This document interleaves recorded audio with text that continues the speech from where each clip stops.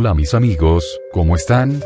Espero que bien, ya sé que me extrañaron un montón, no hace falta que me lo digan, jeje, bueno, solo estoy de chistoso de nuevo. Sin embargo, seguiremos con el estudio sobre la ética protestante y el espíritu del capitalismo. Ya sé que muchos dirán que me he extendido sobre este tema, pero en estos próximos vídeos serán retoques y temas de consideración.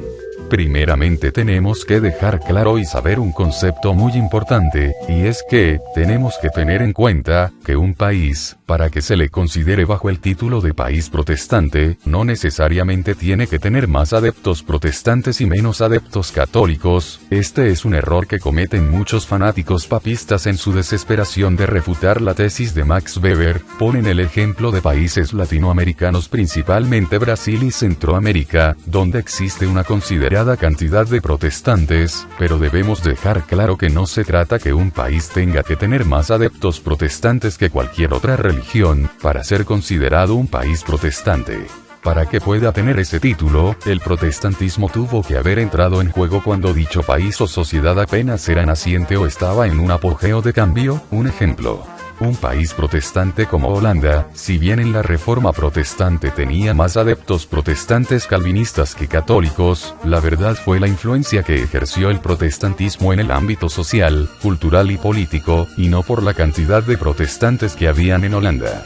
Otro ejemplo es Estados Unidos. Si bien este país nació con influencia protestante, se le considera un país protestante por el papel que jugó el protestantismo puritano desde la política a la sociedad.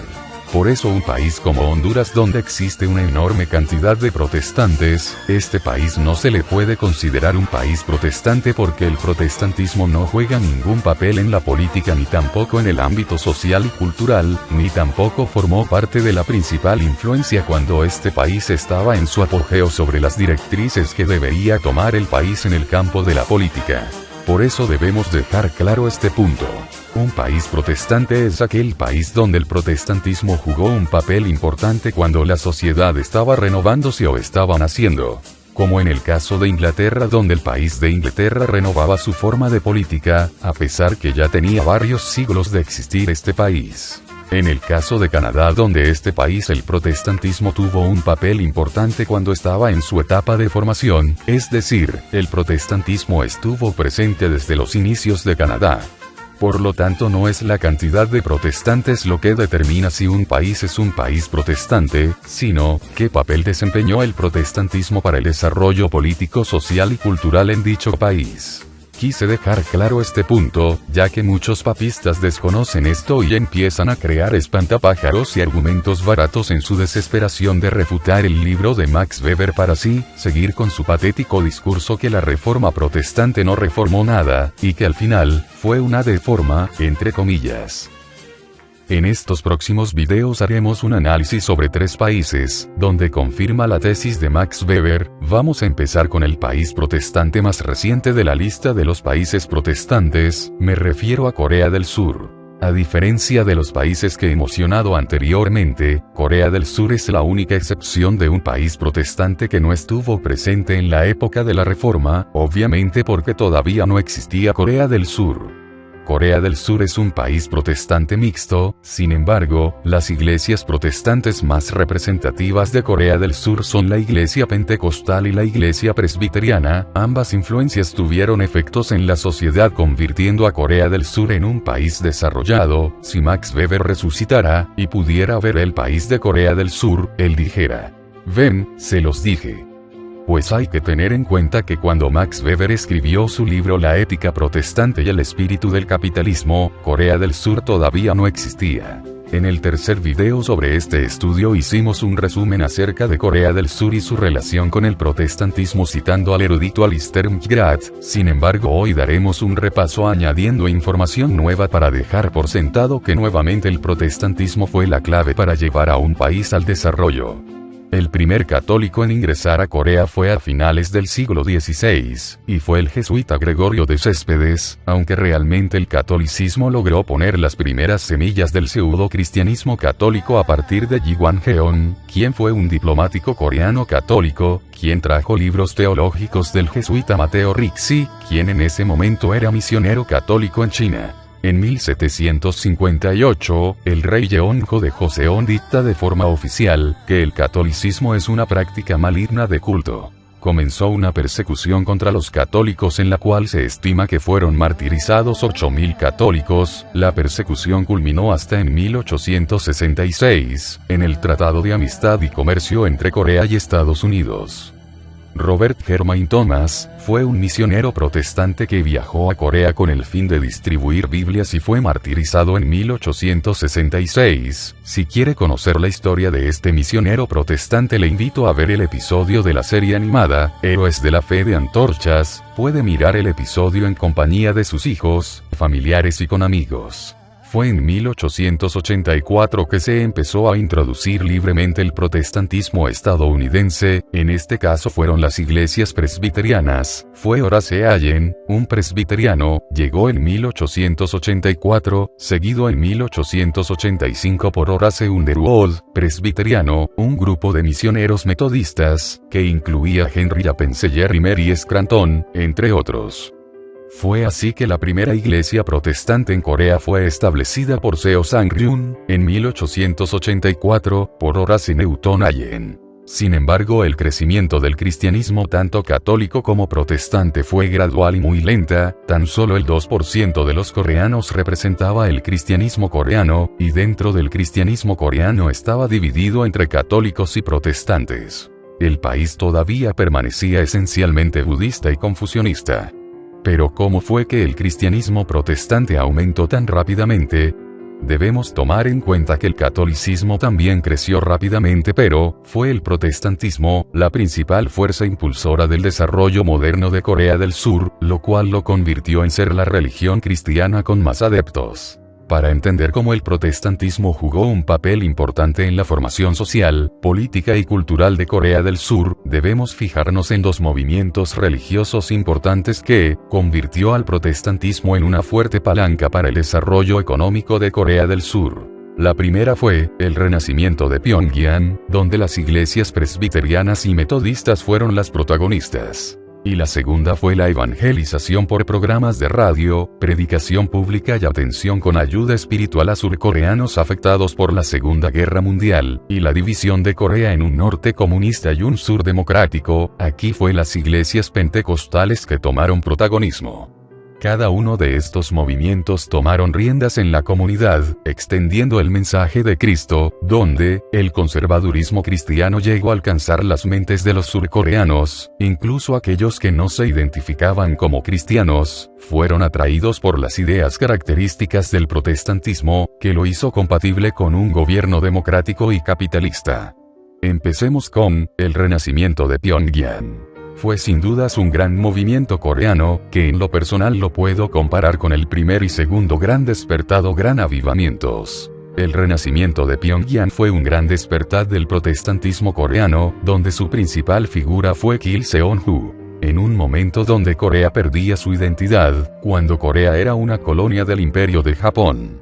El imperio japonés tenía sometido a Corea, y los coreanos se sentían oprimidos por los japoneses. El país estaba sufriendo una crisis nacional. Kim Seon-ho se decepcionó al ver que no podía ayudar a los coreanos mediante su religión en las prácticas ascéticas taoístas. Decidió buscar otra religión que estuviera comprometida socialmente y ofreciera esperanza en el futuro, para poder salvar al país de su tan obvio destino.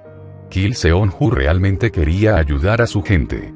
Kim Seon-ho conoció el cristianismo por un amigo cristiano, quien le preguntó: ¿Puedes orar a Dios como Padre? Kim Seon-ho respondió: ¿Cómo puede el hombre llamar a Dios Padre?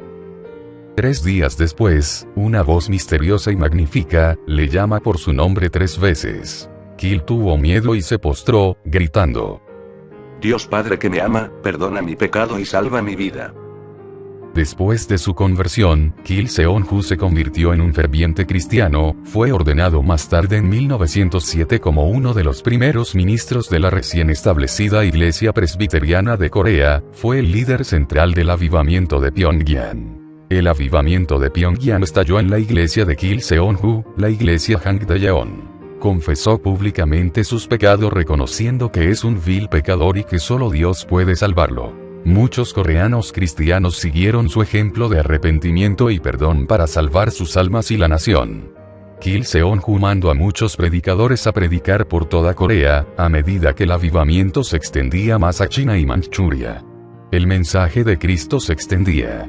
Los líderes cristianos coreanos lideraron movimientos educativos a nivel nacional con la visión de hacer de Corea una nación cristiana. El mensaje de la palabra de Cristo impactó en los coreanos, mostrando la superioridad de las enseñanzas de Jesucristo por sobre las enseñanzas de Confucio. Los coreanos pudieron ver con agrado cómo el protestantismo tenía ciertos elementos característicos de una ética favorable a la cultura norteamericana. El erudito John Shin Park nos explica. A principios de la década de 1890, las misiones protestantes comenzaron a recibir el reconocimiento de la gente, a medida que se expandía el trabajo médico y educativo. Los coreanos llegaron a tener no solo confianza en las habilidades de los médicos y maestros misioneros, sino también un profundo respeto por su humilde devoción y cualidades morales. La educación a los niños y jóvenes coreanos fue algo vital. El cristianismo protestante fue visto como un movimiento de principios reformadores, y de hecho, lo fue. En el campo educativo, fue un importante vehículo, donde pudieron transferir la moral cristiana, donde enseñaba la igualdad, la libertad, el derecho a la propiedad privada, el trabajo duro y la riqueza con signo externo de la gracia de Dios. A esto se le llama ética protestante. La educación popular fue una vía para transmitir estas ideas aún en los no creyentes. En conflicto con la estructura social existente, este movimiento educativo se convirtió en el vehículo de los sentimientos transformadores del cristianismo protestante. También afirma. En el cambio de siglo, el cristianismo protestante se convirtió así en un amplio movimiento que fomentaba la educación y promovía la conciencia democrática entre la gente. Lo que ayudó a extender lo que se le conoce como conservadurismo cristiano. El movimiento protestante iniciado por Kim Seon-ju tomó un carácter político y se asoció cada vez más con el nacionalismo coreano y ayudó a dar forma a la naturaleza del cristianismo protestante coreano. Kim Seon-ju se involucró en el movimiento del 1 de marzo de 1919, donde los coreanos luchaban por su independencia de Japón. El movimiento fue reprimido violentamente por las autoridades japonesas, con unos 7.500 muertos, 16.000 heridos y 46.000 detenidos. Entre los detenidos estaba Kim Seon-ju. La semilla del nacionalismo coreano seguiría viva hasta en 1945, cuando al fin Corea es libre del yugo de Japón. La movilización hacia el despertar popular fue, por tanto, un rasgo distintivo del cristianismo protestante. Según escribe el erudito John Shin Park. En el momento de su introducción, el protestantismo ofreció una visión de cómo la sociedad debería transformarse mediante la introducción de nuevas ideas políticas, como la libertad, la igualdad, los derechos humanos y la democracia, y ofreciendo diversos servicios sociales a los coreanos, independientemente de su clase y género. Este papel transformador sentó las bases a partir de las cuales la Iglesia pudo lograr su notable crecimiento. El papel de la Iglesia protestante en la lucha de la nación contra la opresión japonesa no fue menos convincente en la creación de la nueva religión. Después de que los coreanos fueron libres del yugo japonés, el país de Corea quedó dividido en Corea del Norte y Corea del Sur. Como sabemos, Corea del Norte es el último régimen totalitario, comunista, brutal e intolerante del mundo, a diferencia de Corea del Sur, que es un país desarrollado, democrático y capitalista con libertad religiosa. Es aquí donde el protestantismo tanto presbiteriano como pentecostal toman otro papel importante. No fue una sorpresa que los cristianos se convirtieran en una fuerza política y social líder después de la liberación. El cristianismo protestante, como se señaló anteriormente, había sido una fuerza crucial en los movimientos anteriores por la igualdad de oportunidades educativas y los derechos populares sobre la base de principios universalistas. Fue en este momento donde, más que nunca, había un perfecto terreno fértil en Corea del Sur para implantar y extender la ética protestante, como dice M.C. Gratt. Después de la Segunda Guerra Mundial, Corea se dividió en Corea del Norte, comunista, y Corea del Sur, democrática, como resultado de la Guerra de Corea que comenzó el 25 de junio de 1950. La gran participación de las agencias misioneras cristianas en los programas de ayuda que siguieron al final de la guerra fue un poderoso estímulo para el desarrollo del cristianismo, un desarrollo que fue catalizado por los programas de acción social de las iglesias coreanas durante la década de 1960. El crecimiento continuó sin pausa, especialmente en el protestantismo coreano. En 1957, había alrededor de 800.000 protestantes en Corea del Sur. Ese número tenía más del doble en 1968, 1.87 millones, y despegó aún más alrededor de 1978, 5.29 millones. En 1979, las iglesias coreanas enviaron 93 misioneros al extranjero. En 1990, ese número aumentó a 1,645, en 2000, el número llegó a 8,103 misioneros. Corea del Sur alberga hoy algunas de las iglesias protestantes más grandes del mundo. Según John Shin Park, Los cristianos no se distanciaron de la ideología económica dominante, sino que la aceptaron. también dice: El cristianismo protestante ha mostrado poca divergencia de economismo, más bien, se ha subordinado a la tendencia de la cultura económica que ha ido dominando cada vez más desde que el desarrollo económico comenzó a crear riqueza material en Corea.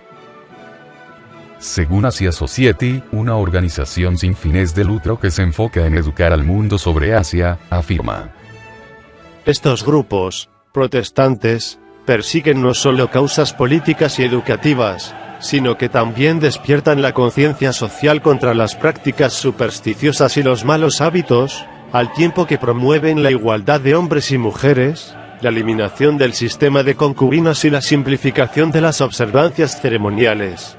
El protestantismo fue recibido calurosamente no solo como credo religioso sino también por sus aspectos políticos, sociales, educativos y culturales. MC Grat observa lo siguiente, y afirma: Corea del Sur es un ejemplo de una nación esencialmente budista que se convirtió predominantemente en protestante. De modo que Corea del Sur se suma a la lista y categoría de ser un país protestante, pues fue el protestantismo la principal fuerza del desarrollo cultural y socioeconómico de Corea del Sur. Lamentablemente, actualmente el protestantismo coreano ha decaído, no está creciendo con las mismas fuerzas como solía hacerlo. Han perdido interés en mezclar el protestantismo con la política, lo cual, eso ha hecho perder el celo por la comunidad que, como anteriormente, el protestantismo coreano se había caracterizado. Lo mismo Estados Unidos, los protestantes se olvidan que, el cristianismo no solo se trata de congregarse y vivir correctamente, sino, en la forma como podemos ayudar a nuestra comunidad, darle una identidad social a nuestro pueblo, tratar de conciliar nuestra fe cristiana con principios sociales que pueda fomentar una buena ética en la sociedad.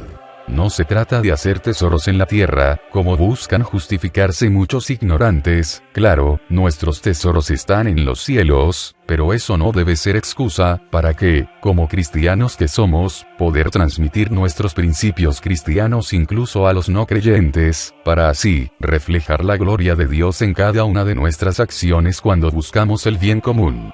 Este fue uno de los factores que la Reforma Protestante la hizo brillar al mundo, al mostrar su amor y pasión al prójimo, al remodelar la sociedad bajo los principios cristianos. Lo mismo pasó en Corea, los evangélicos mostraron ese celo y dedicación, en mostrar el mensaje de nuestro Señor y Salvador, en situaciones donde la sociedad buscaba atención en momentos turbios, donde solo la luz de Cristo puede iluminarlos. Lamentablemente, muchos evangélicos creen que su religión no debe mezclarse con el mundo, descuidando a la sociedad que lo rodea, toman un carácter tan estúpido como el carácter de los testigos de Jehová cuando no participan en política. Compartiré una cita del príncipe de los predicadores, Charles Spurgeon, quien dijo: Solo los tontos creen que política y religión no se discuten.